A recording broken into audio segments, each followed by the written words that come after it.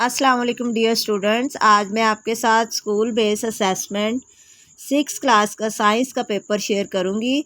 जैसा कि आप जानते हैं कि पैक के पेपर्स में 6 वर्जन होते हैं, लेकिन अगर आप उनमें से किसी एक वर्जन के पेपर को भी अच्छी तरह अंडरस्टैंड कर लेते हैं तो आपको चाहे किसी भी वर्जन का पेपर आए आप उसको आसानी से सॉल्व कर लेंगे, क्योंकि तमाम पेपर्स में या तो क्वेश्चन सेम होता है और नीचे जो ऑप्शंस दी गई हैं एमसीक्यूज़ की वो थोड़ी चेंज होती हैं, या फिर ऑप्शन सेम होती हैं और क्वेश्चन में थोड़ी सी चेंजिंग कर दी जाती है। लेकिन आप किसी भी एक वर्जन को अच्छी तरह समझ लेंगे तो आपको काफ़ी आसानी हो जाएगी। तो मैं आपको ये सारे एमसीक्यूज़ इसके समझा दूँगी और इसकी की भी शेयर कर दूँगी, और सब्जेक्टिव के जो क्वेश्चन आंसर हैं वो भी मैं आपको बता दूँगी। आपने वीडियो को एंड तक लाजमी देखना है, इससे आपको जो है वो पेपर सॉल्व करने में काफ़ी आसानी रहेगी। तो चलिए स्टार्ट करते हैं। क्वेश्चन नंबर 1 है MCQs number 1, cells are different in size shapes and, इसका जो करेक्ट आंसर है वो है C, functions. Cells are different in size shapes and function. जो तमाम सेल्स होते हैं वो साइज़ में डिफरेंट होते हैं, शेप्स में भी डिफरेंट होते हैं और उनके फंक्शंस यानी कि उनके काम भी डिफरेंट होते हैं। Question number 2, in animals the heart and livers are examples of organs. जो हार्ट और लीवर हैं वो हमारे ऑर्गन्स हैं। Question number 3, which of the following organelles is not common in plants and animal cell. कौन से जो ऑर्गेनेलिज हैं जो कि प्लांट और एनिमल्स में कॉमन नहीं है, तो इसका सही आंसर है क्लोरोप्लास्ट। क्लोरोप्लास्ट जो है वो सिर्फ प्लांट्स में होता है, एनिमल्स में नहीं होता। Question number 4, which of the following plant is an example of cross pollination. तो इसके जो करेक्ट आंसर है वो मेज़ है, मकई। Question number 5, the formation of new plants through seed is due to fertilization. इसमें बाकी जो तमाम तरीके हैं लेयरिंग, बडिंग और कटिंग वो एसेक्सुअल रिप्रोडक्शन के हैं और उनमें सीड नहीं बनता। जो सीड है वो सिर्फ फर्टिलाइजेशन के तरीके में बनता है। Question number 6, which part of the embryo provide food for the growing plant. तो एम्ब्रियो को फूड जो है वो कोटिलिडन प्रोवाइड करते हैं। Which of the following is related to the grain group. Question number 7, तो जो इनमें से ग्रेन है वो राइस है, यानी ग्रेन होता है जैसे गंदम के दाने होते हैं, जो इस तरह अनाज होता है, तो ये चावल है, rice. Question number 8, constipation can be prevented by. Constipation यानी कब्ज़, कब्ज़ को किस तरह बचा जा सकता है, इसका करेक्ट आंसर है A, eating a lot of fibrous food.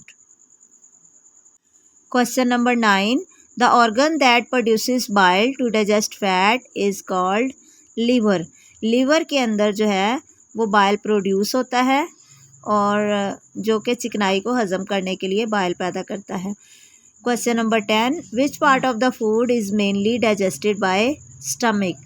Stomach जो है वो मेनली किस चीज़ को डाइजेस्ट करता है, proteins. Correct answer is C, protein. Dear students, मैंने इन तमाम एमसीक्यूज़ की जो आंसर की है वो भी शेयर कर दी है वीडियो में, आपने वो भी चेक कर लेनी है। अब मैं आपको सब्जेक्टिव पार्ट समझाऊंगी, लेकिन उससे पहले मेरी आपसे एक रिक्वेस्ट है कि आपने अगर अभी तक मेरा चैनल सब्सक्राइब नहीं किया तो काइंडली चैनल सब्सक्राइब कर दें, तो ताकि जब भी मैं अगली वीडियो बनाऊँ तो वो फ़ौरन आप तक पहुँच सके। तो चलिए हम अपना सब्जेक्टिव पार्ट स्टार्ट करते हैं। What are the function of root system and shoot system. Plants में बताना है कि रूट सिस्टम का क्या फंक्शन होता है और शूट सिस्टम का। बहुत ही इजी क्वेश्चन है। रूट सिस्टम जो है it helps the plant to absorb water and salt from the soil, यानी जो रूट्स होती हैं पौधे की वो ज़मीन से, मट्टी से पानी और नमक को जज़ब करके पौधे के ऊपर वाले हिस्सों तक पहुँचाती हैं।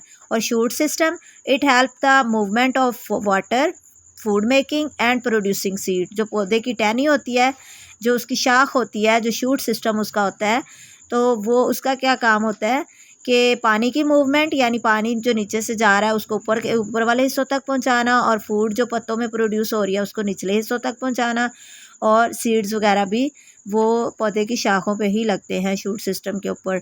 Next question, from the given organelles identify which are present in animal and which are present in plant cell. ये 3 पार्ट्स दिए हुए ऑर्गेनेलिज जो सेल के अंदर होते हैं, इनमें से वो पूछ रहे हैं कि इनमें से कौन से पौधे के अंदर होते हैं और कौन से एनिमल के अंदर होते हैं। तो इसका आंसर बहुत ही सिंपल है, आपने सिंपली बताना है cell wall is present in plant cell, chloroplast is also present in plant cell and centriole is present in animals. Next question, define cell and give 3 example. Cell को define करना है और उसकी 3 examples देनी है। तो cell is define as the basic structural and functional unit of the cell, ये cell की डेफिनेशन है। अब आपने इसकी 3 एग्जाम्पल्स देनी है। तो skin cell, bone cell, nerve cell, white blood cell, red blood cell and muscle cell, इस तरह के बहुत सारे सेल्स हमारी बॉडी में पाए जाते हैं। तो आप कोई सी भी 3 एग्जाम्पल दे सकते हैं। Next question, what does our stomach do, हमारा जो स्टमक है, हमारा मैदा जो है, वो उसका मेन फंक्शन क्या है, वो क्या काम करता है।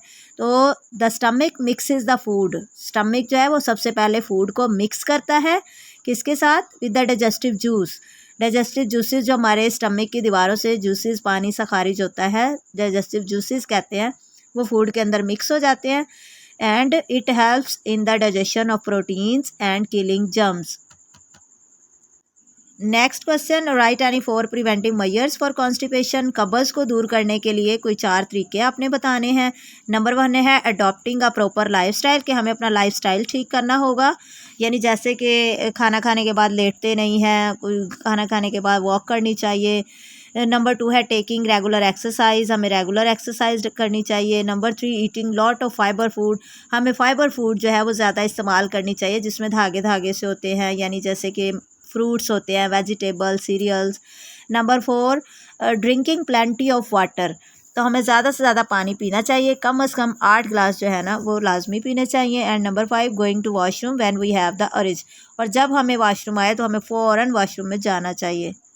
The next question is what is the function of insulin our body, जो इंसुलिन है उसका हमारी बॉडी में क्या फंक्शन है, क्या काम है। Insulin is the chemical, insulin एक केमिकल है that is produced in our pancreas, जो हमारे पेंक्रियाज में प्रोड्यूस होता है।